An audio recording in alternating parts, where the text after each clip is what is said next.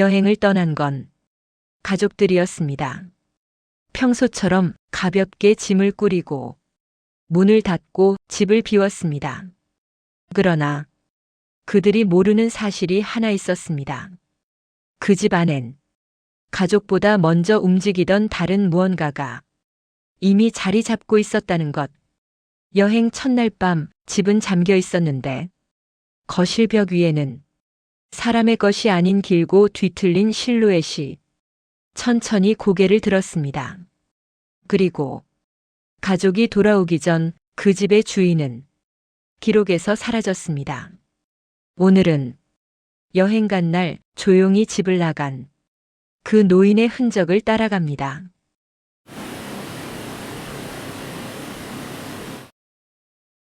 노인의 이름은 박은상, 72.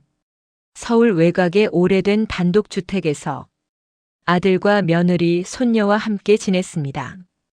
평소와 다르지 않은 사람. 조용하고 말수 적고 낮에는 텃밭을 들여다보고 밤이 되면 거실 TV를 켜놓고 졸곤 했습니다. 가족들은 말했습니다. 아버지는 그냥 조용했어요.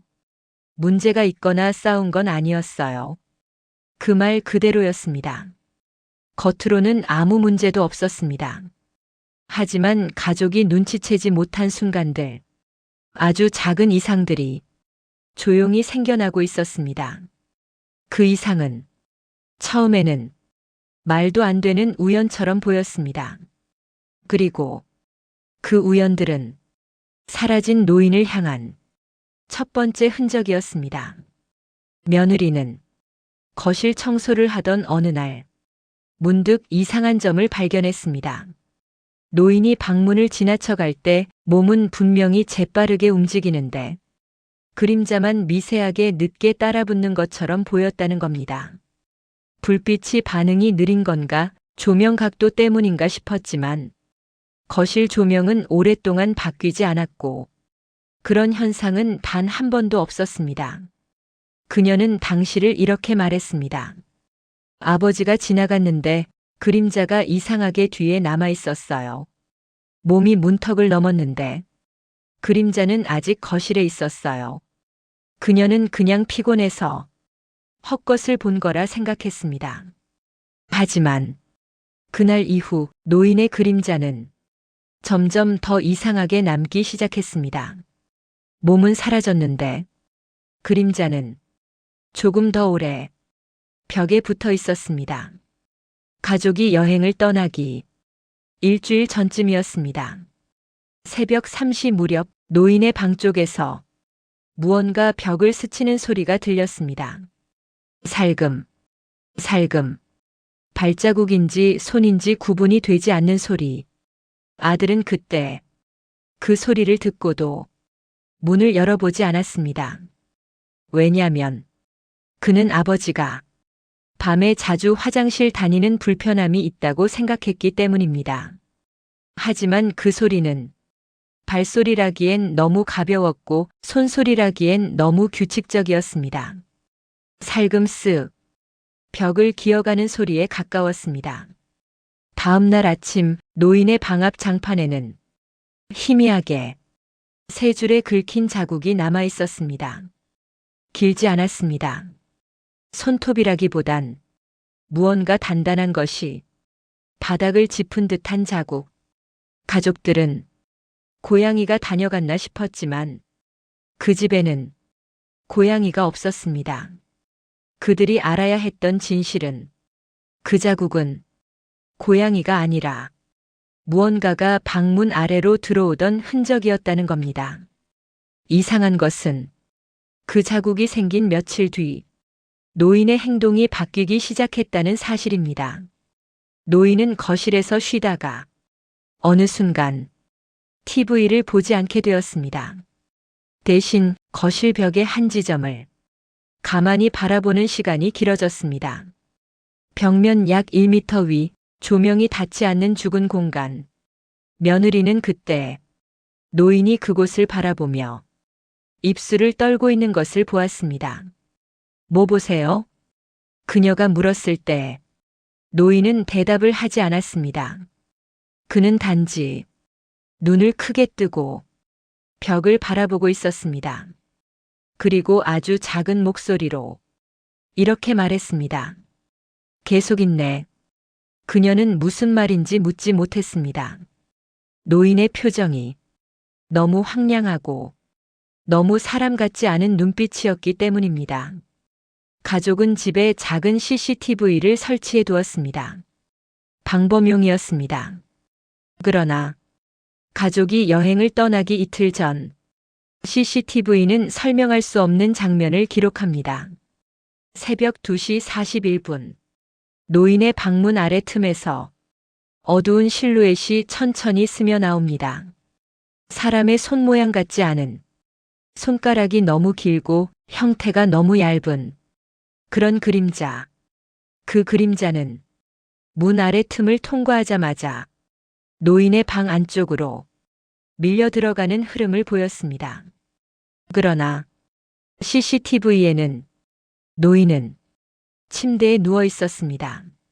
눈도 감은 채 그림자가 들어가기 전부터 그는 마치 그 방문 아래를 기다렸다는 듯 발끝만 미세하게 움직이고 있었습니다. 노인의 발은 꿈틀거리며 간격을 줄였고 그 위에 그림자가 올라탔습니다. 그것이 기록된 전부였습니다.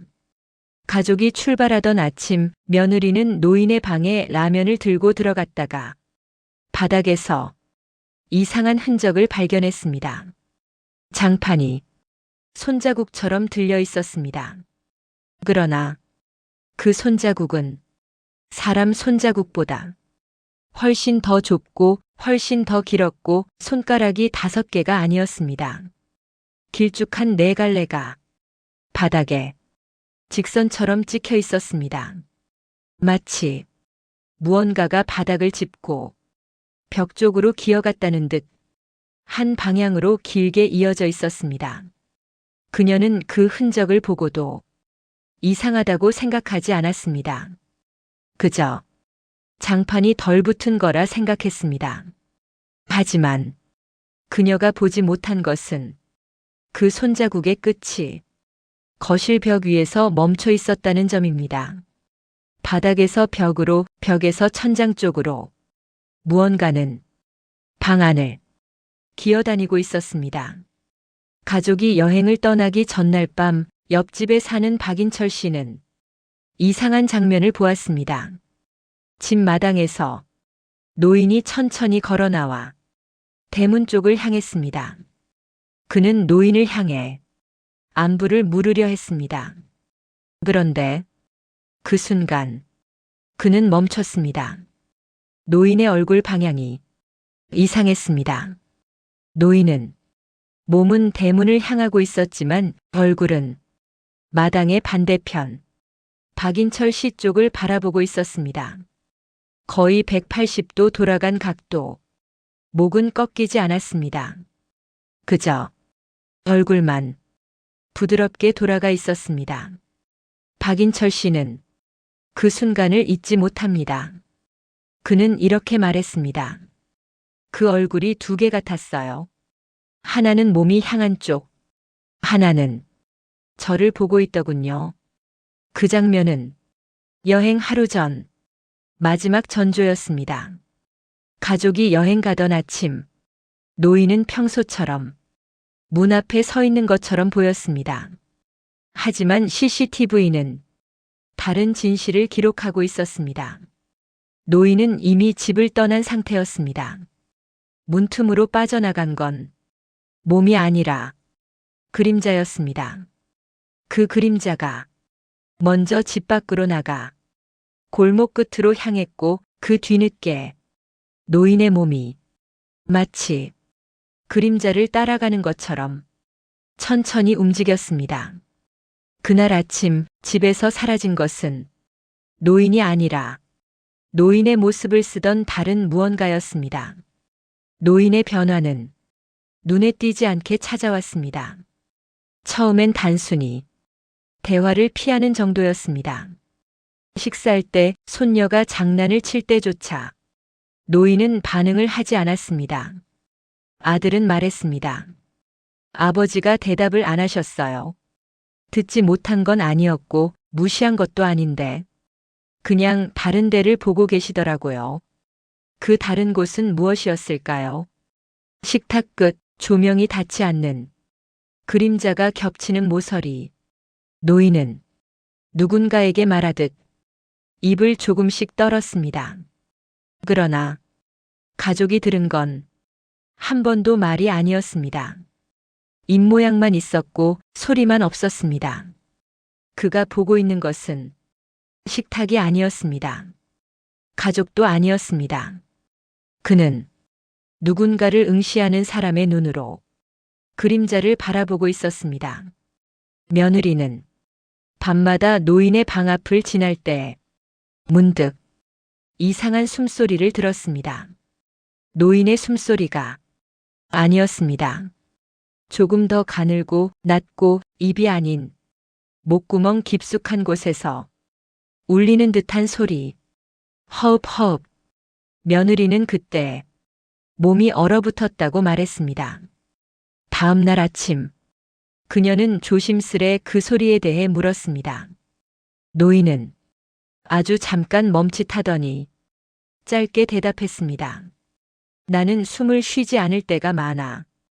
그 말을 이해하는 사람은 아무도 없었습니다. 그러나 며느리는 그날 밤 다시 그 숨소리를 들었고 그 소리는 노인의 침대 아래에서 들려왔습니다. 겨울이 다가오던 시기였지만 노인의 방 창문은 늘 조금 열려 있었습니다. 차갑고 축축한 공기가 밤마다 방 안으로 밀려 들어왔지만 노인은 창문을 닫지 않았습니다. 며느리가 이유를 묻자 노인은 단순하게 말했습니다. 닫아두면 들어오질 못하잖아. 그 말이 누구를 향한 것인지 그녀는 묻지 못했습니다. 그저 노인의 시선이 창문 틈 아래 그림자가 모이는 좁은 구석을 잠시 스쳤다는 것만 기억했습니다. 112 신고 기록에는 아주 짧게 남은 제보가 하나 있습니다. 112 신고 기록 요약. 밤 3시쯤 집 2층에서 누가 플래시를 흔들고 있는 것 같아요. 사람 실루엣이 벽을 따라 움직여요. 경찰이 확인했을 때 집은 조용했고 플래시도 없었습니다. 그러나 집 맞은편 CCTV에는 이상한 빗줄기가 찍혀 있었습니다. 흔들리는 사람 그림자처럼 보였지만 빛은 너무 빠르게 움직였고 그림자는 너무 천천히 움직였습니다. 두 움직임이 서로 다른 방향이었던 것입니다. 그 밤 노인의 방에서는 누군가 벽을 긁는 소리가 계속 들리고 있었습니다. 손녀는 말했다. 할아버지 발이 바닥에 안 닿았어요. 그녀는 그 말을 장난처럼 했습니다. 하지만 며느리는 그녀의 말을 듣고 식은땀이 났습니다. 며칠 전 노인이 복도를 지날 때 신발이 바닥에 닿는 소리가 전혀 들리지 않았던 것입니다. 그때는 고무 장갑을 껴서 그런가, 바닥이 부드러워서 그런가, 억지로 합리화를 했습니다. 그러나 손녀의 말은 그 합리화를 깨뜨렸습니다. 진짜야. 발이 이렇게 떠 있었어. 그림자랑 달랐어. 그녀의 손은 정확히 23cm 높이를 가리키고 있었습니다. 그 높이는 발 그림자가 바닥에 붙어 있는 높이와 일치했습니다. 몸은 떠 있었는데 그림자는 제자리에 남아 있었습니다.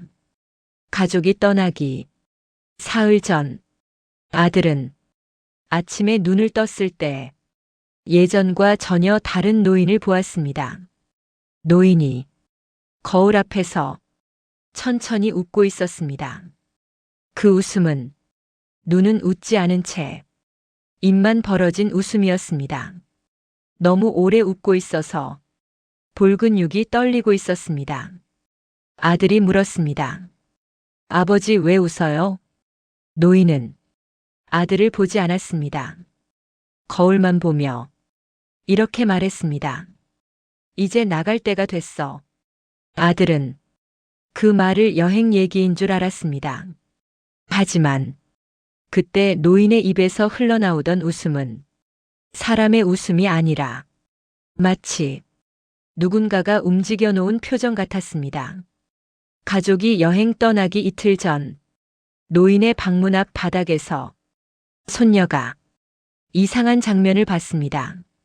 문틈 아래에서 얇고 짧은 그림자 조각이 빠져나오더니 복도 쪽으로 스르륵 움직였습니다. 그것은 발소리도 없이 기어가는 그림자였고 손녀는 놀라서 말했습니다. 엄마, 아빠, 우리 집에 도마뱀 같은 그림자 있어. 도마뱀은 그 집에 없었습니다. 하지만 그 그림자 조각은 다음 날 노인의 방문 아래서 다시 나타났습니다. 가족은 출발 준비를 하며 평소처럼 노인을 불렀습니다. 아버지, 저희 오늘 출발해요. 노인은 방문 앞에 서 있었습니다. 대답은 없었습니다. 그저 서 있었습니다. 하지만 며느리는 이상한 걸 느꼈습니다. 노인의 발끝이 바닥을 딛고 있지가 않았습니다. 줄기만 남은 그림자처럼 발과 그림자가 아주 미세하게 어긋나 있었습니다. 그녀는 그 어긋남을 빛 때문이라며 넘겼습니다. 그러나 CCTV는 정확히 기록했습니다. 그날 아침 노인의 그림자가 몸보다 먼저 집 밖 골목으로 걸어나가던 순간을 몸은 그 뒤에 느린 속도로 따라 움직이고 있었습니다. 마치 집을 나간 건 그림자였지 노인이 아니었던 것처럼 가족이 고속도로에 올라서자 집안은 조용해야 했습니다. 하지만 노인이 있던 방에서는 작은 소리가 났습니다. 서걱서걱. 그 소리는 벽을 긁는 소리였고 장판을 끄는 소리였습니다. 그리고 마지막에 CCTV는 아무도 없는 방 안에서 노인의 그림자가 천천히 고개를 드는 장면을 담았습니다. 몸 없는 그림자, 빛도 없는 그림자. 그림자는 카메라를 바라보고 있었습니다. 그리고 그 순간 CCTV는 포착되지 않은 무엇인가에 의해 갑자기 노이즈가 터지며 기록을 멈췄습니다. 가족이 여행지에 도착할 때 아들은 전화를 걸었습니다. 아버지, 잘 계세요? 집안에서는 어떤 소리도 들리지 않았습니다. 그러나 거실 CCTV의 움직임 감지 기록에는 이 문장 하나가 남아 있었습니다. 움직임 감지. 거실 벽면에서 사람의 키보다 큰 그림자가 바깥으로 사라짐. 그 시각 노인의 방은 비어 있었습니다. 가족이 여행을 떠난 첫날 집은 누구도 없었습니다. 그들은 멀리 떨어진 여행지에서 늦은 체크인을 하며 정리를 하고 있을 뿐이었습니다. 하지만 집에 설치된 작은 실내 센서는 밤 11시 7분 갑자기 움직임을 감지했습니다. 기록에는 이렇게 남아 있었습니다. 거실 센서 감지, 발소리 2회, 방향 노인의 방, 주방. 가족은 여행지에 있었고 집에는 아무도 없었습니다. 아들은 처음엔 센서 오작동이라고 생각했습니다. 그러나 센서는 바람이나 그림자에는 반응하지 않았습니다. 그리고 집안 전체는 모든 창문이 닫혀 있었습니다. 아들은 그 순간 정확한 시간까지 기억합니다. 그날 밤 그는 여행지에서 노인에게 전화를 걸었습니다. 그러나 전화는 연결되지 않았습니다. 여행 둘째 날 새벽 2시 CCTV는 노인의 방에서 미세한 소리를 기록했습니다. 그 소리는 멈추지 않았습니다. 약 9분 동안 지속됐습니다. 하지만 카메라에는 아무도 찍히지 않았습니다. 그 소리는 침대 아래에서 나왔습니다. 그리고 침대 위에는 노인이 사용하던 베개가 누워있는 사람처럼 미세하게 올라갔다 내려갔다 하는 호흡의 움직임을 보였습니다. 그러나 그 움직임은 규칙적인 호흡이 아니었습니다. 죽은 사람의 숨 같은 움직임, 혹은 호흡을 흉내내는 무언가의 동작. 카메라에는 아무도 찍히지 않았습니다.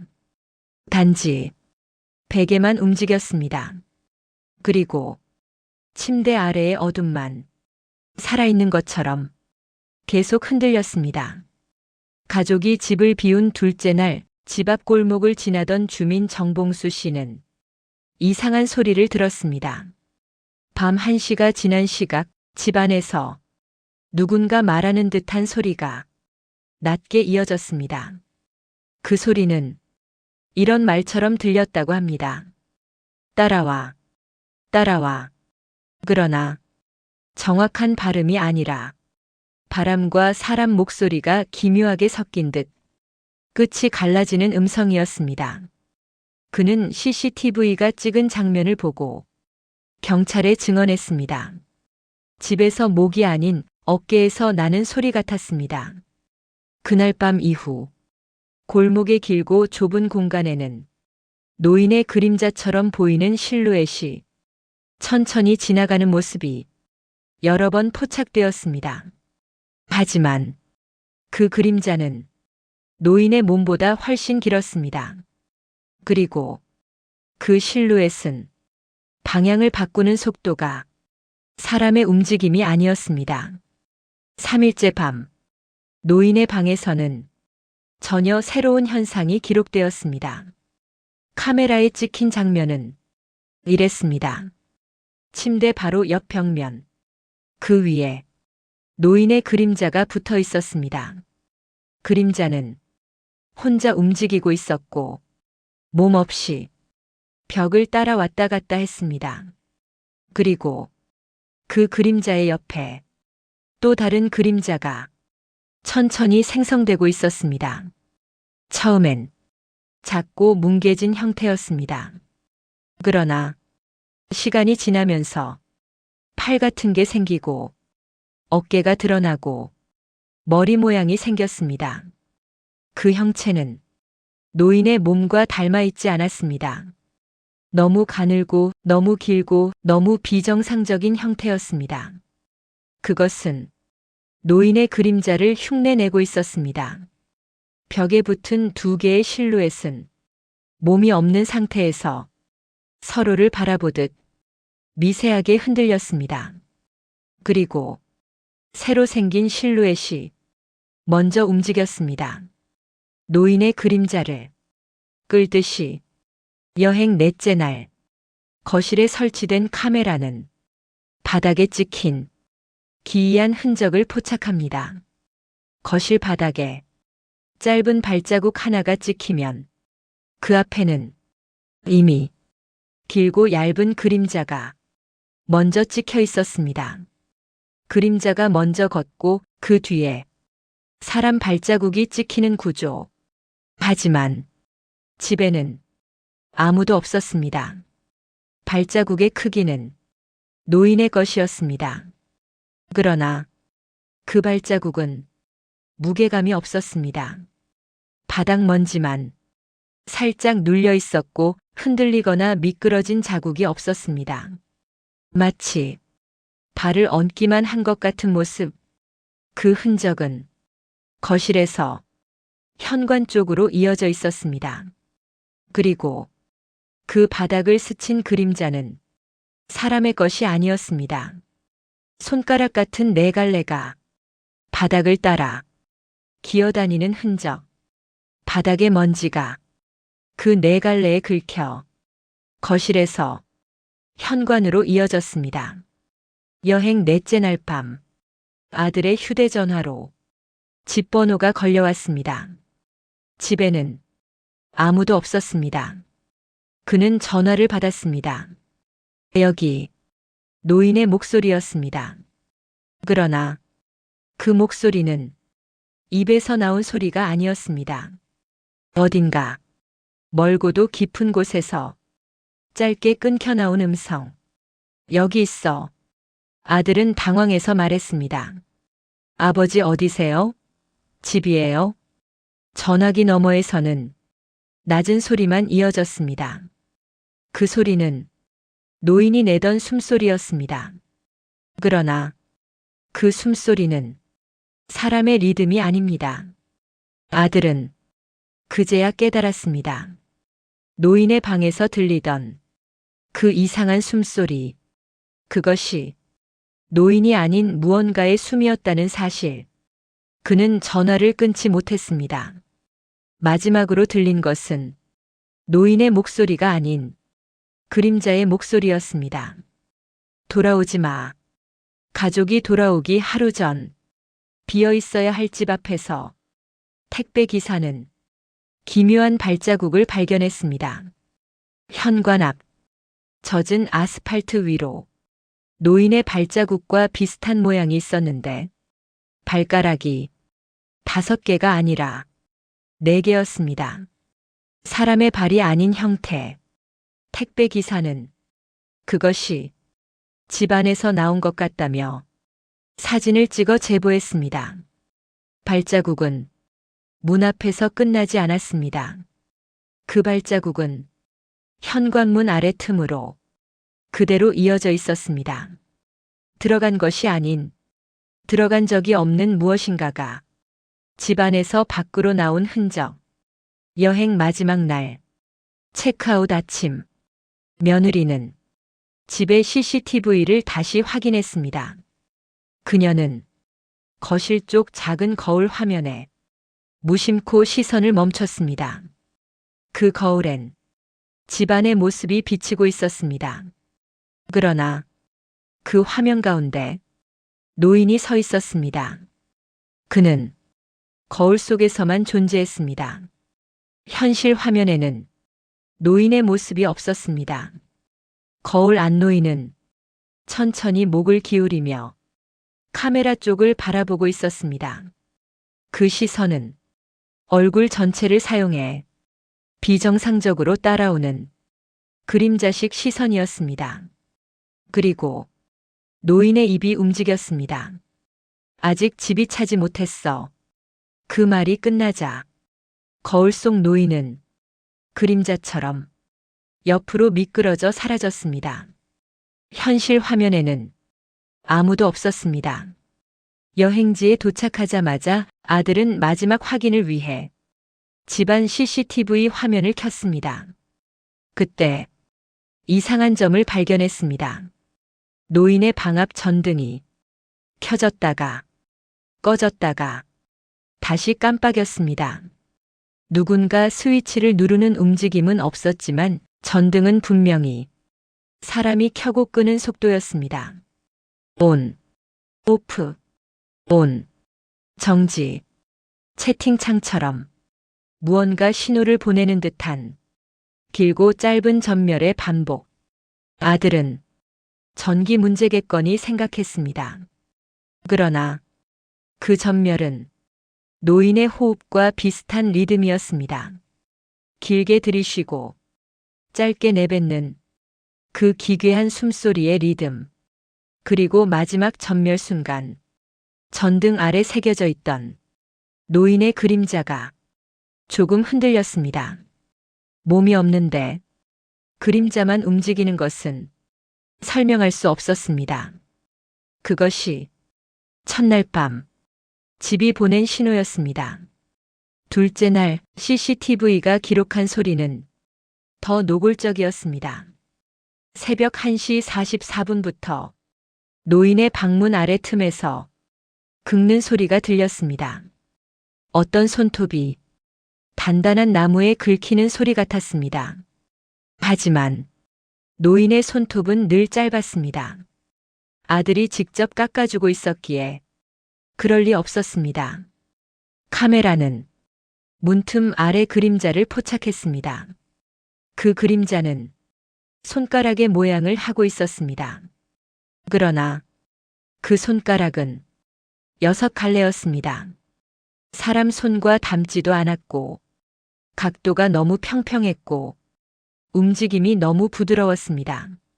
문틈 아래서 안으로 들어오려는 것처럼 바닥을 눌러대며 천천히 기어 들어가는 모습, 그 움직임은 노인의 방 안에서 어떤 존재가 불빛을 향해 손을 뻗는 것처럼 절박해 보이기까지 했습니다. 그러나 카메라는 방 안에 아무도 없다는 것을 계속 기록하고 있었습니다. 그날 새벽 3시 노인의 방에서 두 종류의 숨소리가 들렸습니다. 하나는 낯익은 노인의 숨소리, 다른 하나는 멀고 낮고 가늘고 철판을 긁어낸 듯한 이상한 숨소리였습니다. 숨소리가 둘이었습니다. 마이크는 두 음성이 똑같은 공간에서 녹음되고 있음을 보여주었습니다. 그러나 카메라에는 그 어떠한 인물도 존재하지 않았습니다. 침대 아래 흔들림은 2개였습니다. 셋째 날 가장 충격적인 기록이 남습니다. 새벽 4시 12분 카메라가 노인의 방 문 앞을 찍고 있었습니다. 그때 문틈 아래로 낯선 형체가 지나갔습니다. 처음엔 길쭉한 가방 같은 그림자로 보였습니다. 그러나 그 형체는 바닥과 닿지 않은 채 공중에서 미세하게 떠 있었습니다. 그것은 목이 없는 사람의 실루엣처럼 보였습니다. 어깨가 비정상적으로 넓었고 팔은 없었습니다. 그 형체는 통과하면서 문턱에 그림자를 남겼습니다. 문턱 위의 그림자는 사람의 그림자가 아니라 로프처럼 꼬인 2갈래의 검은 흔적이었습니다. 그 형체는 카메라 시야에서 아무 소리도 없이 사라졌습니다. 그러나 출입문은 단 한 번도 열리지 않았습니다. 그날 오후 아들은 집의 창문 상태를 확인했습니다. 모든 창문은 잠금 모드였습니다. 그러나 노인의 방 창문만 카메라에는 조금 열린 상태로 찍혔습니다. 바람 때문일까요? 아니었습니다. 노인의 방 창문은 안쪽에서 미세하게 열려 있었습니다. 창문 틈 사이로 길고 얇은 그림자 실루엣이 잡아당긴 듯한 기형적인 자국이 유리 표면에 남아 있었습니다. 손자국이 아니라 손 모양의 얼룩 그림자였습니다. 창문을 연 건 사람이 아니었습니다. 집안을 비우고 72시간째 되는 날 가장 기묘한 장면이 거실에서 포착됩니다. 거실벽 한 지점이 부풀어 올랐습니다. 마치 벽 뒤에서 누군가가 손바닥으로 천천히 밀어내는 것처럼 벽면이 위로 올라가고 그 아래의 페인트가 살짝 갈라졌습니다. 그 형체는 정확히 사람의 손바닥 형태지만 너무 크고 너무 납작했습니다. 손가락은 4개였습니다. 벽 뒤에 무언가가 눌러 나오고 있었습니다. 그러나 벽은 뚫리지 않았습니다. 대신 그 압력은 그림자가 되어 천천히 벽 위에 스며들었습니다. 그림자는 노인의 방 방향으로 이동했습니다. 아들은 여행지에서 아버지 방을 확인하려고 라이브 화면을 켰습니다. 그 순간 문이 조금 열렸습니다. 그리고 카메라에는 어두운 틈 아래로 노인의 목소리가 들렸습니다. 이제 올 때가 됐어. 목소리가 둘이었습니다. 하나는 진짜 노인의 목소리, 다른 하나는 띄엄띄엄 반템포 늦게 따라오는 흉내낸 음성. 이제 올 때가 됐어. 그 음성은 노인의 목소리를 정확히 따라하고 있지만 끝자락이 비정상적으로 길어졌습니다. 그리고 그때 카메라는 문틈 사이에서 입모양의 그림자가 천천히 움직이는 장면을 기록했습니다. 그 입은 사람의 입보다 더 넓고 더 얇았습니다. 노인의 목소리를 그림자가 말하고 있었습니다. 이틀 후 집 앞에 설치된 외부 카메라에는 설명할 수 없는 형체가 찍혔습니다. 현관문 아래 틈으로 어두운 그림자가 기어 나왔습니다. 그림자는 팔도 다리도 없었지만 바닥에 닿는 부분이 4개의 지점이었습니다. 언뜻 보면 동물 같았지만 움직임은 사람의 몸짓을 흉내내는 듯 기괴하게 구부러져 있었습니다.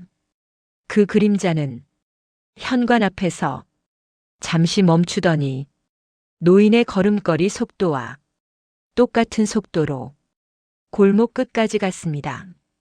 그날 이후 집 앞 사람들은 밤마다 노인과 닮은 그림자를 보게 됩니다. 그러나 그 그림자는 늘 손부터 나타났습니다. 여행 마지막 날, 며느리가 CCTV를 보며 그 장면을 발견했습니다. 거울 속 노인은 미소를 짓고 있었습니다. 눈은 웃지 않았지만 입만 부자연스럽게 벌어져 있었고 손은 그림자처럼 떨리고 있었습니다. 그리고 노인은 거울 안에서만 존재했습니다. 현실 화면에는 그림자만 있었습니다. 거울 속 노인이 입모양을 움직였습니다.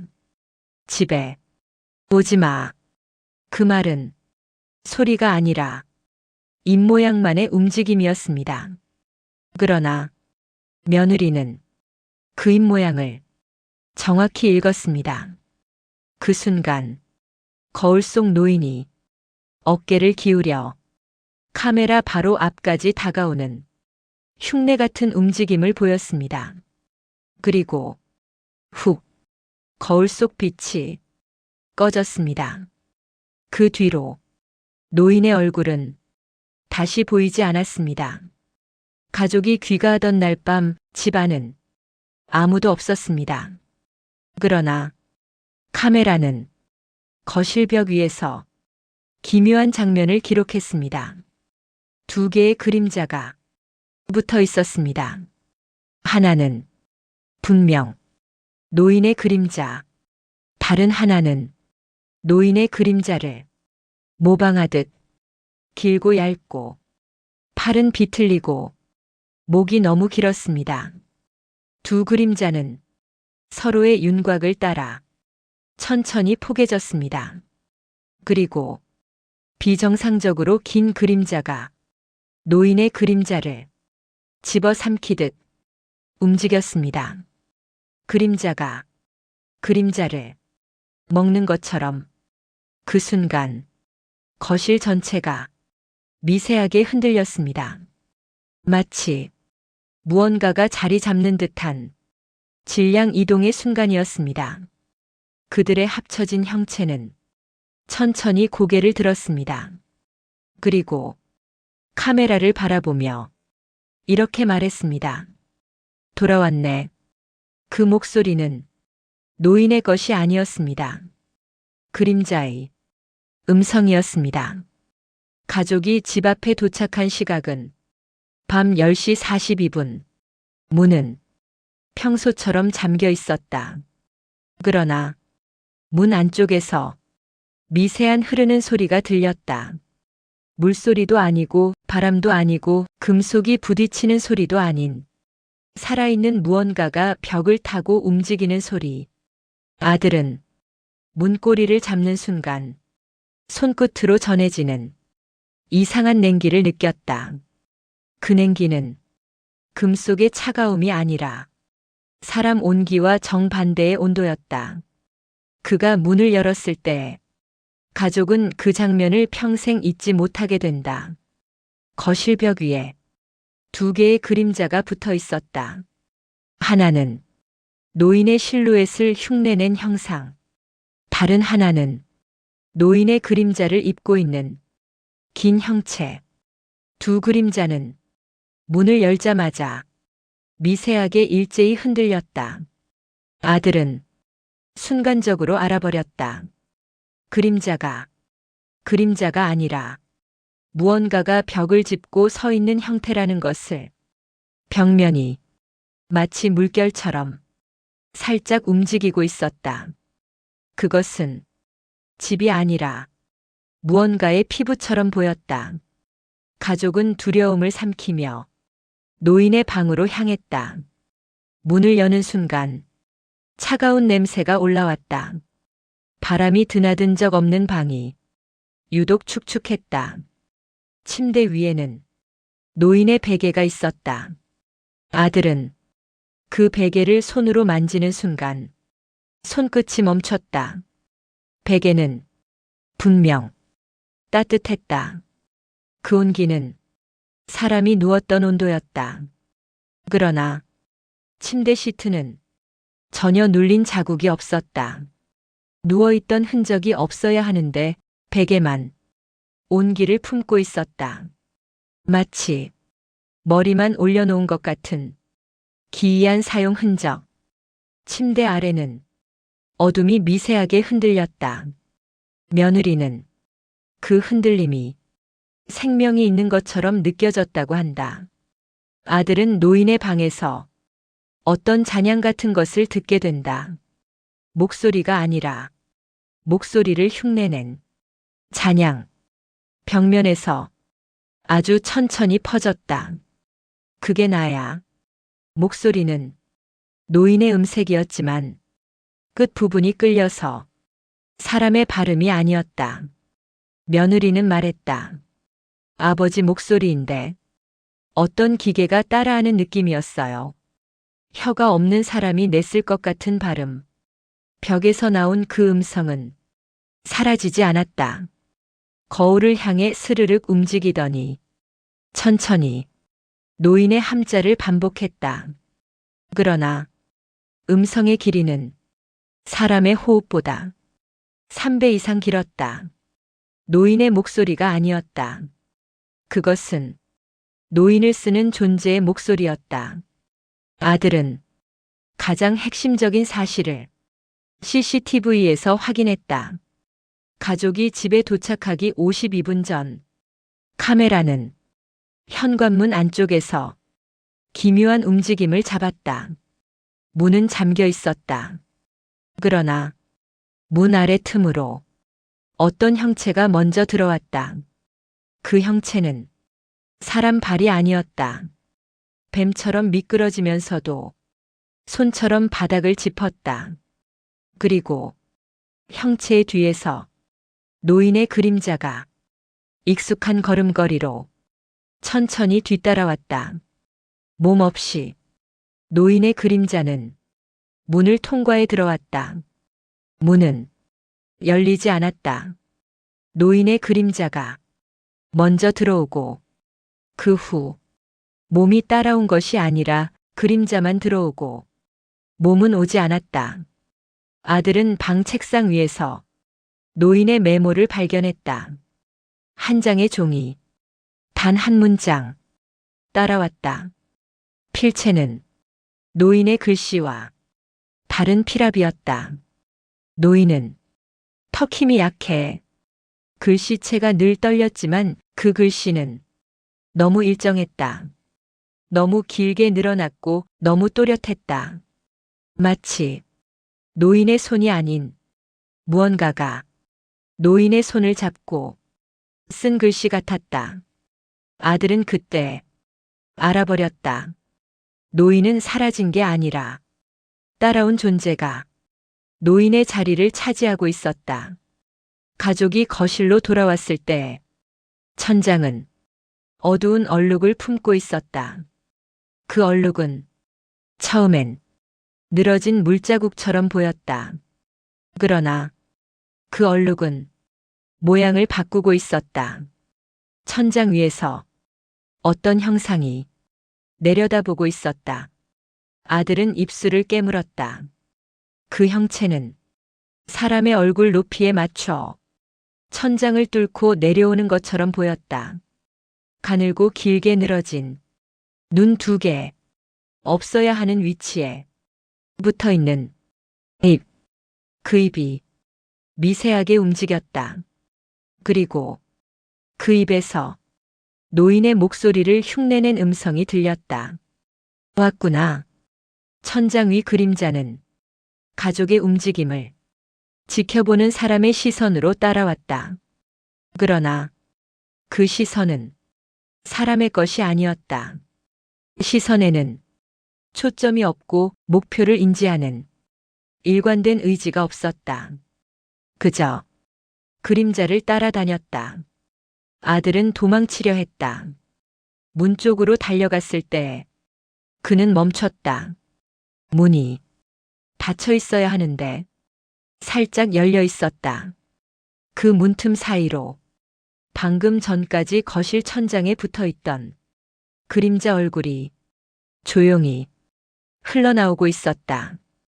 그림자의 입은 사람처럼 말하지 않았고 입모양만 부자연스럽게 벌어져 있었다. 열린 문틈 아래로 차갑고 축축한 손자국이 여러 개 찍혀 있었다. 그 손자국은 가족의 발 옆에서 집 안으로 올라오는 모양이었다. 아들은 그 순간 알았다. 문은 닫혀 있던 것이 아니라 안에서 누군가 열어둔 상태였다. 그리고 그 누군가는 사람이 아니었다. 가족이 뒷걸음질 치는 동안 노인의 방에서는 문틈이 흔들렸다. 문틈 아래에서 우렁차게 올라오는 기형적인 음성. 돌아왔네. 들어가자. 그 음성은 노인의 목소리를 빌려 말하고 있었다. 그러나 호흡은 그가 아니었다. 입모양도 그가 아니었다. 노인은 말하고 있지 않았다. 말하는 것은 노인 뒤에 붙어 있던 그림자였다. 그림자는 노인의 음성을 가지고 가족을 부르고 있었다. 가족이 뒤로 물러날 때마다 그림자는 벽에서 길게 늘어났다. 방문 틈에서 천천히 손 모양의 그림자들이 여럿 기어 나왔다. 그 손가락은 네 갈래였고 각각이 다른 방향을 향해 떨리고 있었다. 가족은 그때 깨달았다. 노인은 집 안에 있지 않았다. 집 안에 있는 것은 노인의 모습을 입은 무언가였다. 문을 열고 처음 들어갔을 때 어둠은 고요했다. 아무도 없었다. 그런데 누군가의 시선이 이미 그들의 움직임을 따라오고 있었다. 그 시선은 눈이 아니라 그림자 깊숙한 곳에서 오는 의식 같았다. 아들은 말한다. 아무도 없는데 누가 저희를 보고 있는 느낌이었어요. 사람의 시선 말고 더 길고 더 무거운 무언가의 시선. 며느리도 말했다. 발을 디딜 때마다 집 전체가 알아차리는 느낌이었어요. 집이 우리를 보고 있는 것 같았어요. 집은 조용히 숨을 들이마시고 있었다. 가족이 집 안으로 들어왔을 때 거실에서 올라온 냄새는 평소 집의 냄새와 달랐다. 사람이 사는 집에서 나는 따뜻한 생활 냄새가 아니라 축축하게 젖은 흙, 곰팡이, 젖은 나무, 그리고 오래된 동물 우리 같은 냄새. 아들은 말했다. 아버지가 없던 며칠 동안 이 집에서 사람이 아니라 다른 무언가가 자고 있던 것 같았어요. 소파 아래에는 성큼성큼 기어다닌 듯한 길게 찍힌 그을음 같은 흔적이 있었다.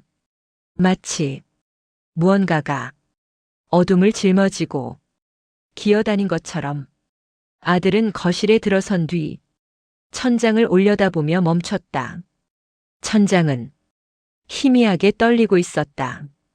그 떨림 한가운데 얼굴 같은 형체가 붙어 있었다. 사람의 얼굴처럼 보였지만 눈의 위치가 너무 위였고 입은 옆으로 길게 찢어져 있었다. 그 형체는 천장에 납작하게 붙어 있으면서 가족의 움직임을 따라 고개를 돌렸다. 고개가 아니라 그림자가 천장에 흘러가며 방향을 바꾸고 있었다. 그때 천장 위 형체가 말했다. 왔구나. 그 음성은 노인의 목소리를 흉내내고 있었지만 전혀 다른 울림이었다. 공명 위치가 목이 아니라 벽과 천장에서 동시에 울렸다. 며느리는 뒤로 물러서며 말했다. 저건 아버지가 아니야. 그것은 아버지의 모습을 조금씩 베껴 만든 두 번째 주인이었다. 그 존재는 집을 차지하기 위해 천장에서 내려오고 있었다. 아들은 노인의 방문을 열었다. 먼저 들어온 건 차가운 냄새였다. 오래된 수건을 젖은 채 방치하면 나는 그런 냄새. 침대 위에는 늙은 아버지가 아니라 아버지의 체온만 남아 있었다. 베개는 따뜻했지만 침대는 눌리지 않았다. 몸은 없는데 머리만 올려놓은 듯한 흔적. 그리고 침대 아래에는 미세한 그림자 움직임이 아직도 살아있는 듯 부드럽게 흔들렸다. 며느리는 말했다. 아버지는 여기 없었어요. 근데 누군가는 여기 계속 있었어요. 그 흔들림은 마치 누구의 숨처럼 바닥을 들쑥날쑥하게 만들었다. 그건 사람의 발자국이 아니라 그림자가 살아 쉬는 움직임이었다. 가족이 방 구석의 거울을 보고 멈췄다. 거울 속에는 노인이 서 있었다. 하지만 그 노인은 현실 공간 어디에도 존재하지 않았다. 그 얼굴은 노인의 얼굴을 빼닮았지만 어딘가 비어 있었다. 눈동자가 방향 없이 움직였고 입가의 근육이 사람처럼 움직이지 않았다. 입이 먼저 벌어지고 그 다음에 양쪽 광대가 움직였다. 혀는 없었다. 그럼에도 거울 속 노인은 분명 말했다. 여기 있어. 그 말은 노인의 음성으로 들렸지만 음절 사이가 너무 길었고 사람의 입모양과 일치하지 않았다. 노인의 음성이 아니라 노인의 음성을 잡아먹은 존재의 소리였다. 며느리가 무심코 옷장 문을 열었을 때 그 안에는 옷이 걸려있는 것이 아니라 어둠이 걸려 있었다. 옷의 형태였지만 천이 없는 어둠. 소매는 길고 끝은 바닥까지 늘어져 있었다. 그 옷 모양의 그림자가 서서히 흔들리더니 소리 없이 옷장 아래로 스르륵 흘러내렸다. 그것은 옷이 아니라 노인의 실루엣을 기억하고 있는 그림자였다. 책상 서랍에서 아들은 노인의 노트를 발견했다. 노트엔 필체가 달랐다. 노인의 글씨와 같은 듯 전혀 같지 않았다. 멈칫거리는 손이 아니라 단단하고 길게 늘어진 필압. 노트 한 페이지에는 이 문장만 반복되어 적혀 있었다. 밖에는 아무도 없다. 그 아래에는 또 다른 글씨가 겹쳐 적혀 있었다. 그래서 들어왔다. 두 문장 중 첫 번째는 노인의 필체였다. 두 번째는 노인의 필체가 아니었다. 글씨가 너무 길고 획이 사람보다 일정했다. 마치 그림자가 형체를 따라 쓰듯 늘어지게 쓰인 글씨였다. 노인은 누군가에게 집안을 내어준 것처럼 보였다. 아들은 다시 현관을 확인했다. 문은 열려 있는 것도 닫힌 것도 아니었다. 그 중간 누군가 막 지나간 흔적처럼 살짝 벌어진 상태. 문틈 아래 장판에는 젖은 검은 손자국이 늘어져 있었다. 손자국은 사람의 손이 아니었다. 손가락이 4개였고 너무 길었다. 아들은 그 순간 깨달았다. 집에 누군가가 들어온 것이 아니라 누군가가 나간 상태였다는 것. 문은 밖에서 열었던 것이 아니라 안에서 열리고 있었다. 열어둔 건 집 안에 살고 있는 무언가였다. 거실 전체가 낮은 진동음처럼 울릴 때 단 한 번 진짜 노인의 목소리가 섞였다. 너무 희미해서 거의 들리지 않았지만 분명 그 음성이었다. 도와. 숨이 빠져나가는 듯한 음성. 절박함이 묻어 있었다. 하지만 그 목소리는 노인의 방에서 나온 게 아니었다. 벽에서 울렸다. 벽 깊숙한 곳에서 누군가 붙들린 채 살려달라는 듯 울부짖고 있었다. 노인은 집 안에 없었다. 집 안 어딘가에 붙들려 있었다. 그리고 그 자리를 그림자가 대신 차지하고 있었다. 가족이 숨을 죽이고 있을 때 거실 벽 위에 그림자가 천천히 몸을 만드는 과정이 보였다. 길고 얇던 팔이 점점 사람 팔처럼 변했고 목이 없던 실루엣에서 목 모양의 그림자가 생기고 얼굴 없던 그림자에 입의 형체가 생겨났다. 그 입은 사람처럼 웃고 있었다. 하지만 근육이 아니라 그림자 자체가 움직이며 만든 웃음이었다. 그리고 그림자는 말했다. 이 집은 빈 적이 없어. 가족은 그제야 깨달았다. 집이 노인을 선택한 것이 아니라 그림자가 집을 먼저 차지하고 그 담을 따라 노인을 잡아먹기 시작한 것이었다. 노인은 이미 집의 일부가 되어 있었다. 어딘가에서 벽에 갇혀 울고 있었다. 가족이 뒤로 물러설 때 노인의 방 문틈 아래에서 어떤 얼굴이 내려왔다. 천장에서 떨어지는 것처럼 거꾸로 얼굴은 노인의 얼굴을 흉내내고 있었다. 하지만 눈이 너무 크고 입이 너무 길었다. 그리고 그 얼굴은 입모양만 움직이고 있었다. 들어와. 그 말이 끝나는 순간 문틈 아래 그림자 손가락들이 바닥을 짚고 집 안으로 기어들어왔다. 그것은 노인이 아니었다. 노인의 얼굴을 쓴 집의 주인이었다. 거실에서 노인의 얼굴을 흉내낸 형체가 문틈 아래로 기어나오는 순간 가족은 본능적으로 뒤돌아 뛰었다. 현관문을 향해 정신없이 달려나가면서도 한 번도 뒤돌아보지 않았다. 그러나 그들은 몰랐다. 뒤돌아보지 않아도 그 존재는 가족을 따라오고 있다는 사실을. 그림자 손가락에 기어오는 소리는 발소리보다 조용하지만 더 빨랐다. 가족이 신발을 신는 동안 그 손가락은 현관 계단 아래까지 벌써 내려와 있었다.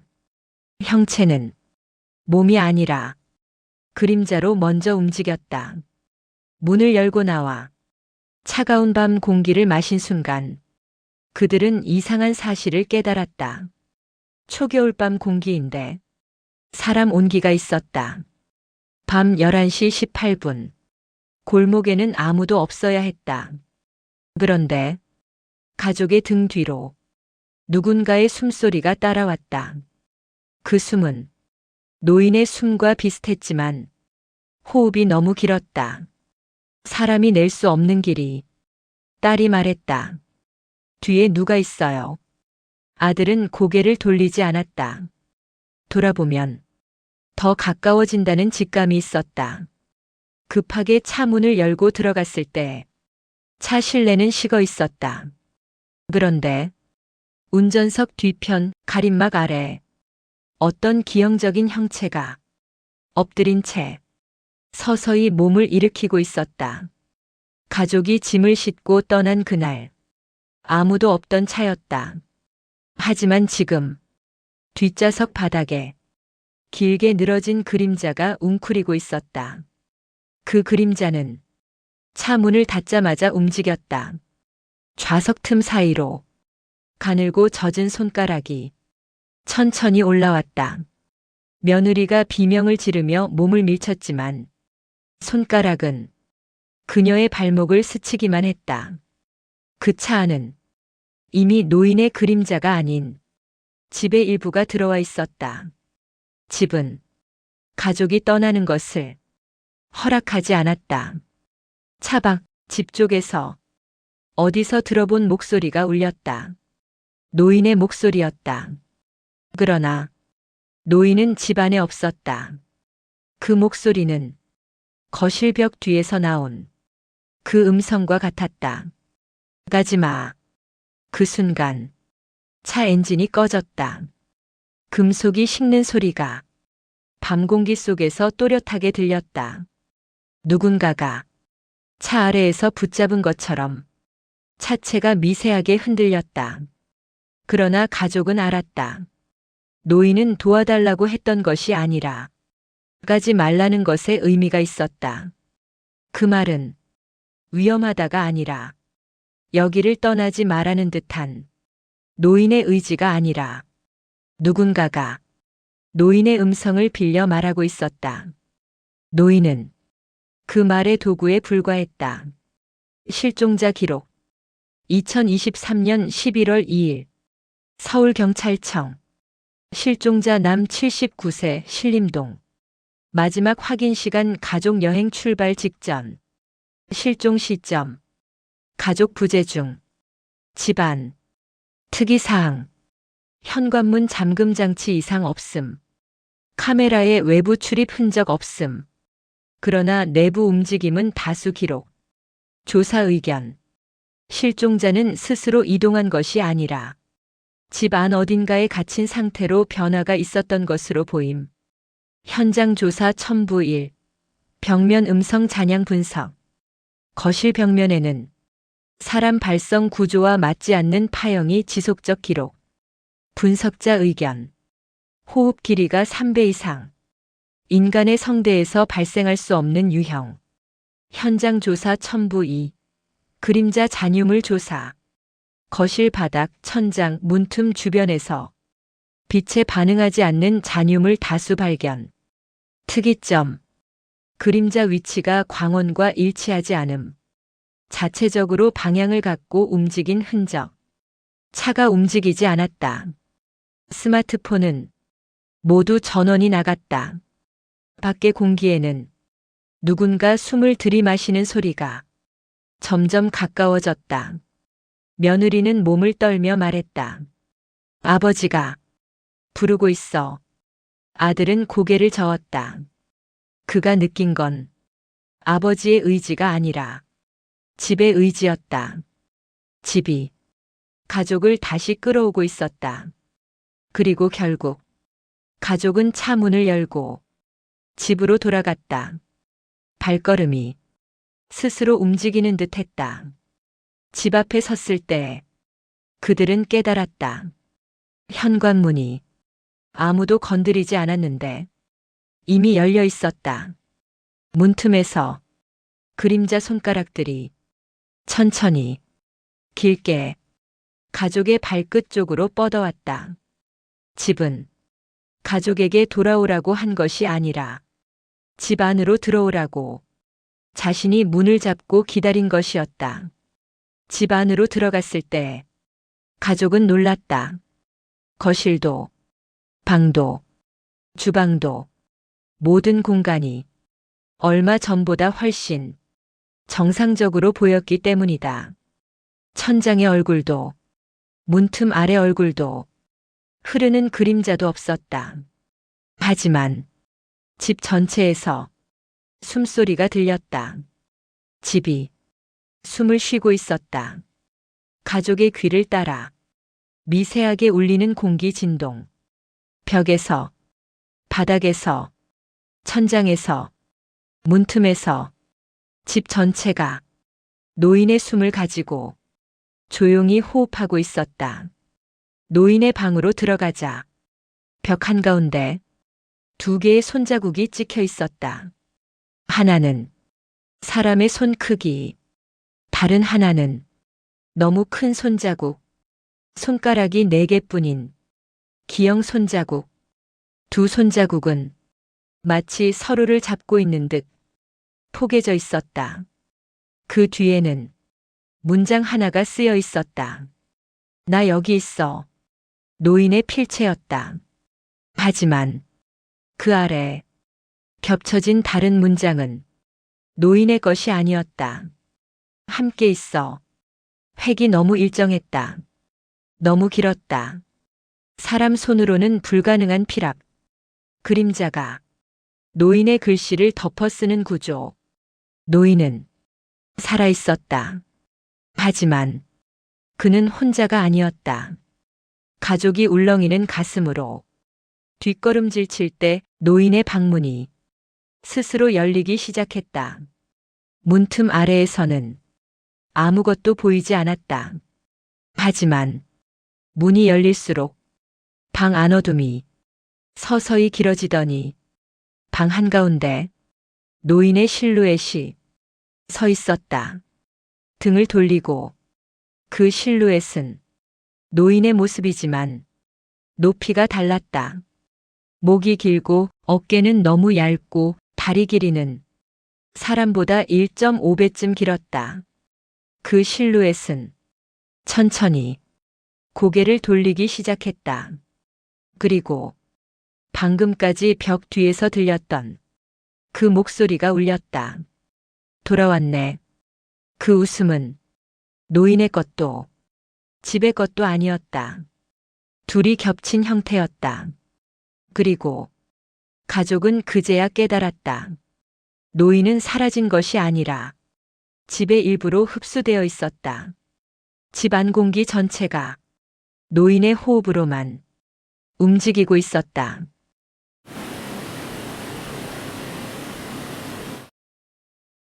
오늘의 기록은 여기까지입니다. 가족이 다시 집 안으로 들어간 뒤 그 다음 이야기는 아무도 알지 못합니다. 문이 닫힌 채 조용해진 그 집에서 어떤 숨소리가 이어졌는지, 누가 먼저 고개를 들었는지 기록에는 남아있지 않습니다. 단지 한 가지 제보 속에 반복된 말이 하나 있습니다. 그 집은 비어있던 적이 한 번도 없었다. 어쩌면 누군가가 떠나간 것이 아니라 누군가가 그 자리를 차지한 것일지도 모릅니다. 그리고 지금 이 순간에도 당신이 듣는 이 이야기를 따라 어딘가의 집 한 채가 조용히 숨을 들이쉬고 있을지도 모르지요. 만약 당신도 여행을 다녀온 뒤 집안 공기가 달라졌다고 느낀 적이 있다면 문틈 아래 천장을 그리고 거울을 한 번쯤은 천천히 바라보십시오.